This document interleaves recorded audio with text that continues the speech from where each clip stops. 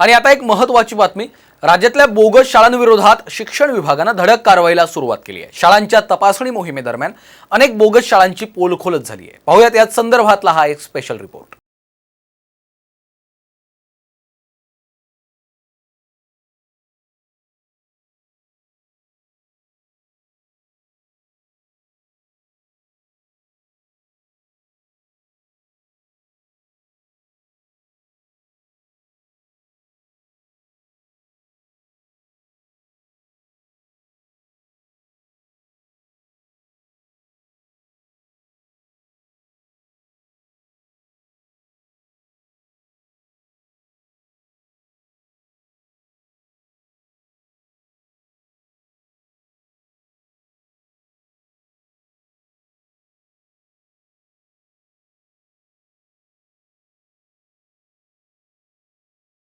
तर शाळा आम्ही आत्तापर्यंत बंद केल्यात आणि 394 शाळा अशा आहेत की ज्याला शासन मान्यताच नाही आहे, म्हणजे शासनाचा अद्यापपर्यंत त्यांनी संपर्कच आलेला नाही।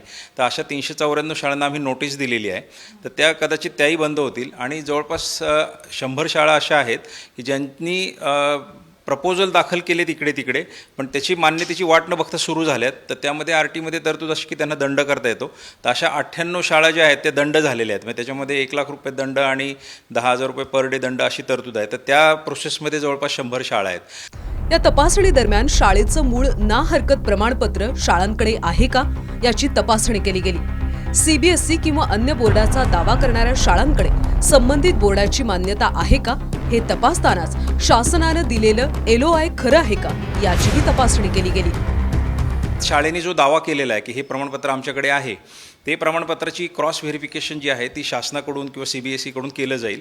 आणि ते जर आम्हाला असं आढळून आलं की ते खोटे प्रमाणपत्र दाखवले त्यांनी, तर मग पुढचा निर्णय आपण ऑलरेडी 7 केसेसमध्ये गुन्हे दाखल केलेले आहेत, त्याप्रमाणे कारवाई होईल जेव्हा ह्या पेपरचं व्हेरिफिकेशन होईल तेव्हा। बोगस शाळांची स्थिती पाहता आपल्या पाल्यासाठी शाळेत प्रवेश घेताना शाळेच्या वैधतेसंबंधी खातरजमा करण्याचा सल्लाही शिक्षण आयुक्तांनी दिला।